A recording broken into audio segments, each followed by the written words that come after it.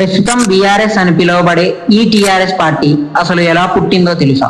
ఏ అసెంబ్లీలో అయితే తెలంగాణ అనే పదం పలకనివ్వలేదో అదే అసెంబ్లీలో జై తెలంగాణ అనిపించిన పార్టీ 1997 ఉద్యమ సిద్ధాంతకర్త అయిన ప్రొఫెసర్ జయశంకర్ తెలంగాణ ప్రజలకు అసెంబ్లీలో ఒక బలమైన గొంతుక కావాలని బలమైన నాయకుడి కోసం వెతకటం మొదలుపెట్టారు. 2000 సంవత్సరం అప్పుడు ఉన్న ఉమ్మడి ఆంధ్రప్రదేశ్ ప్రభుత్వం విజన్ 2020 అనే ఒక డాక్యుమెంట్ ను విడుదల చేసింది. ఈ డాక్యుమెంట్ లో తెలంగాణ గురించి ఒక ప్రధాన అంశం కూడా లేకపోవటం మరియు అదే ప్రభుత్వం కరెంటు ఛార్జీలను పెంచటం, ఇది తెలంగాణలో ఉన్న రైతులకు భారంగా మారింది.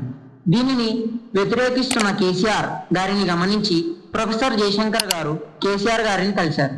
ప్రొఫెసర్ జయశంకర్ గారు కేసీఆర్ గారిని కలిసి తెలంగాణ ఉద్యమం మరింత ఉధృతం చేయడానికి తన దగ్గర ఉన్న వ్యూహాలను కేసీఆర్ గారికి వివరించారు. ఏప్రిల్ 2001 కొండా లక్ష్మణ్ బాపూజీ గారి ఇంట్లో కేసీఆర్ గారు తన డిప్యూటీ స్పీకర్, ఎమ్మెల్యే మరియు టీడీపీ పార్టీకి రాజీనామా చేశారు.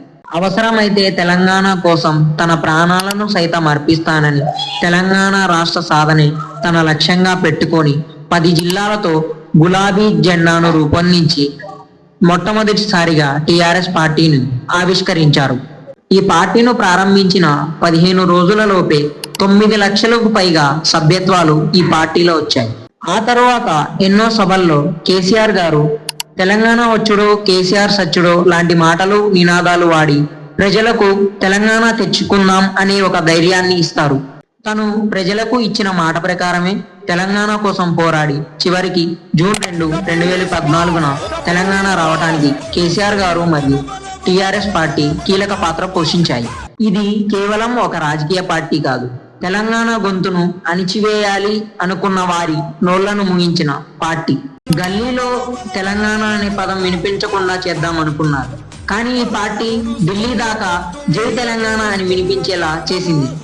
27 ఏప్రిల్ 2026 నాటికి ఈ పార్టీ ఆవిర్భవించి 25 సంవత్సరాలు. చివరిగా ఒక్కసారి జై తెలంగాణ.